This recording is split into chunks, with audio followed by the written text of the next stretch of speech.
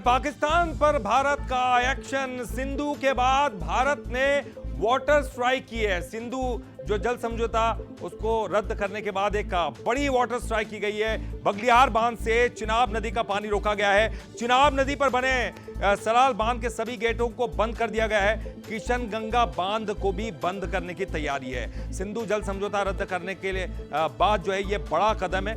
लगातार ये कहा जा रहा था कि आखिर इसके बाद क्या सिंधु नदी का जो जल है वो रोका जा सकता है, कैसे रोकेंगे, इस पर भी बड़े सवाल खड़े हुए हैं। लेकिन बगलियार बांध से रोका गया पानी। सिंधु के बाद भारत की ये बड़ी जो है वाटर स्ट्राइक सामने आई है। तो किशन गंगा बांध को भी बंद करने की तैयारी है। जी हाँ, जम्मू के वो किशन गंगा बांध को भी अब बंद करने की तैयारी है। और सिंधु जल समझौता रद्द करने के बाद ये बड़ा कदम अब भारत ने उठाया है। तो बगलियार डैम के द्वार बंद कर दिए गए हैं। तो देखिए ये तस्वीरें आपको दिखा रहे हैं। देखिए पानी यहां से बिल्कुल बंद हो चुका है। पाक को प्यासा मारने की प्लानिंग, चिनाब नदी के पानी को रोका गया। देखिए सलाल डैम के गेट भी बंद कर दिए गए और किशन गंगा बांध के गेट भी अब बंद होंगे। तो सलाल डैम के गेट बंद है, चिनाब नदी का पानी रोका गया है। तीनों तरफ से ये सख्त एक्शन लिया जा रहा है ताकि पानी पहुंचे न पाकिस्तान में। इस वक्त की एक बड़ी खबर, चिनाब नदी के पानी को रोका गया, सलाल डैम के गेट को बंद किया गया और किशन गंगा बांध के गेट भी बंद करने की तैयारी है। चलिए, भारत का ये बड़ा एक्शन है और पाकिस्तान में संकट है। देखिए आपको दिखाते हैं किस तरह पाकिस्तान संकट का सामना करेगा। चिनाब नदी से पंजाब सिंध प्रांतों में सिंचाई होती है। पाकिस्तान की सिंचाई इससे प्रभावित होगी क्योंकि चिनाब नदी से ये पानी को रोक दिया गया है। बगलियार बांध को बंद कर दिया गया है। चिनाब नदी का 90% प्रवाह कम किया गया है। तो बगलियार बांध जहां से ये पानी को रोका गया है, पंजाब सिंध देश की कृषि अर्थव्यवस्था का आधार है। ये पाकिस्तान की बात कर रहे हैं। पंजाब और सिंध देश की अर्थव्यवस्था का आधार है। अगर यहां पानी नहीं मिलेगा तो सोचिए कि किस तरह की यहां पर सिंचाई व्यवस्था रहेगी। इन प्रांतों में पाकिस्तान की जीडीपी जो है वो कृषि पर निर्भर है। पंजाब और सिंध यहां पर इन प्रांतों में पाकिस्तान की जीडीपी जो है वो कृषि पर निर्भर है। अब धान और कपास की फसल पर इसका असर दिखाई देगा क्योंकि अब धान का और कपास का सीजन है। तो ऐसे में एक बड़ा सवाल है कि पाकिस्तान अब इसको कैसे टैकल करेगा। आर्थिक नुकसान, बेरोजगारी बढ़ने की भी संभावना है क्योंकि जो पूरी स्थिति है वो कृषि पर आधारित है और नुकसान होगा आर्थिक और बेरोजगारी भी। तो पाकिस्तान चिनाब नदी के पानी से ही बिजली भी बनाता है, ये भी बड़ी बात है। और देखिए ये जल भंडारण की तैयारी, ये भी आपको बताते हैं कि किस तरह से भारत में जल भंडारण की तैयारी की गई है। चलिए आपको बताते हैं, पानी को रोकने के लिए चरणबद्ध योजना लागू की गई है। देखिए एक के बाद एक योजना पानी को रोकने के लिए भारत ने बांधों और जलाशयों की सफाई की है क्योंकि बड़ा सवाल ये उठा था कि पानी को रोका कैसे जाएगा, कहां डाइवर्ट किया जाएगा। तो बांधों और जलाशयों की सफाई की गई है। गाद निकालकर पानी रोकने की क्षमता बढ़ा रहा है भारत।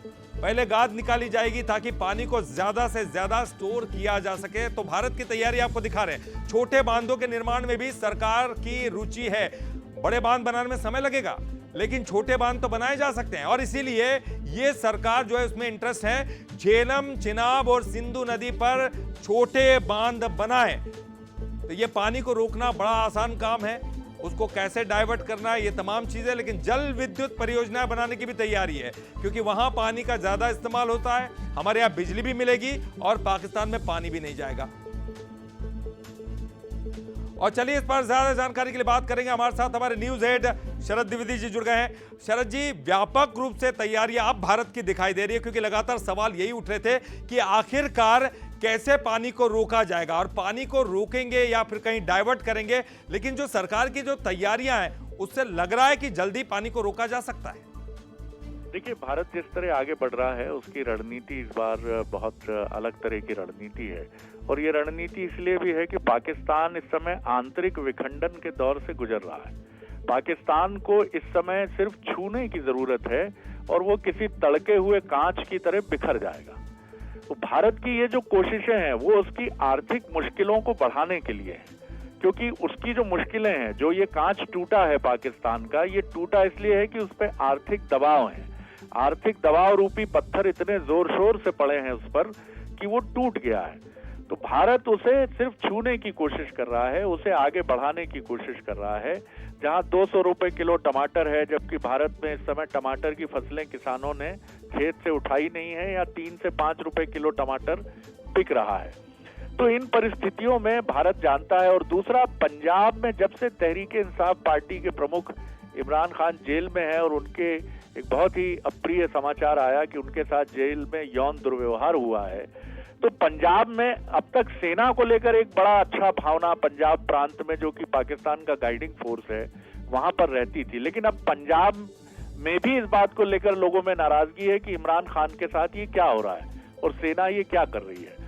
तो भारत ये चाहता है, ऐसा लगता है कि पाकिस्तान के, चाहे वो पख्तूनवा हो या फिर बलूचिस्तान हो या सिंध हो, इन सबको वो पंजाब के मुकाबिल खड़ा करना चाहता है, क्योंकि वहां जो शक्ति संपन्न जो सबसे बड़ा सूबा है पाकिस्तान का, वो है पंजाब।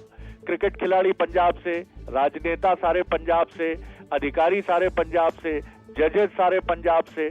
तो भारत की कोशिश है कि वो और उसको लेकर लड़ाई वहां जारी है, तो वो इस लड़ाई को उभारना चाहता है। और इसका सबसे अच्छा तरीका है पानी रोकिए, फसलें रुकेंगी, पानी के संकट होंगे, पाकिस्तान पे दबाव पड़ेगा कि तुमने क्यों पंगा लिया जब तुम्हारी हैसियत नहीं है भारत से लड़ने की, हमें क्यों मुसीबत में डाला।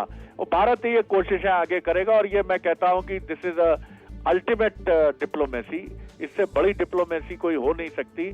और ये मैं कहूंगा जिस सर्जिकल स्ट्राइक की हम बात करते हैं वो वाटर स्ट्राइक है। जी बिल्कुल शरद जी, और जैसे लोगों के अंदर उबाल है ना कि कब पाकिस्तान से बदला लिया जाएगा, तो यहाँ ये देखने को मिल रहा है कि भारत की रणनीति बहुत अच्छी है और समय आने पर हम ठंडा करके खाएंगे, लेकिन बड़ा जो है हमला होगा और उनकी आर्थिक स्थिति डगमगा जाएगी। बहुत बहुत शुक्रिया आपका इस पूरी जानकारी के लिए।